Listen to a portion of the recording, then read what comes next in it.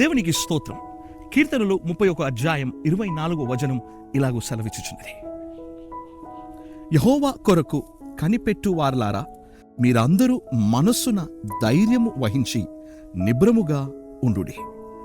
దేవుని కొరకు కనిపెట్టుకొని ఉంటున్నా, ప్రార్థిస్తున్నా, బిషోరా వర్డ్ కొరకు ప్రతిరోజు ఎదురు చూస్తున్నా దైవ పిల్లలారా, మీ అందరికి ఒక శుభవార్త. అదేంటి తెలుసా?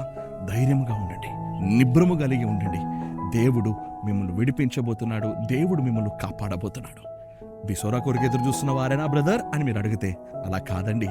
వాక్యమును నమ్ముతున్న ప్రతి ఒక్కరు, వాక్యానుసారమైన జీవితం జీవిస్తున్న ప్రతి ఒక్కరితో నేను చెప్తున్నాను, దేవుడు మిమ్మల్ని దీవిస్తాడు, దేవుడు మిమ్మల్ని ఆశీర్వదిస్తాడు. ఉదయకాలమున నువ్వు ఏ బాధలో, ఏ వేదనలో, ఏ రోదనలో నా మాటలు వింటున్నావో నాకు తెలియదు, కానీ ఉదయకాలం దేవుని మహిమ నీ మీదను, నీ ఇంటి మీదను, నీ పిల్లల మీదను, నీ కుటుంబం మీదను, నీ పని మీదను దిగివచ్చునుగాక.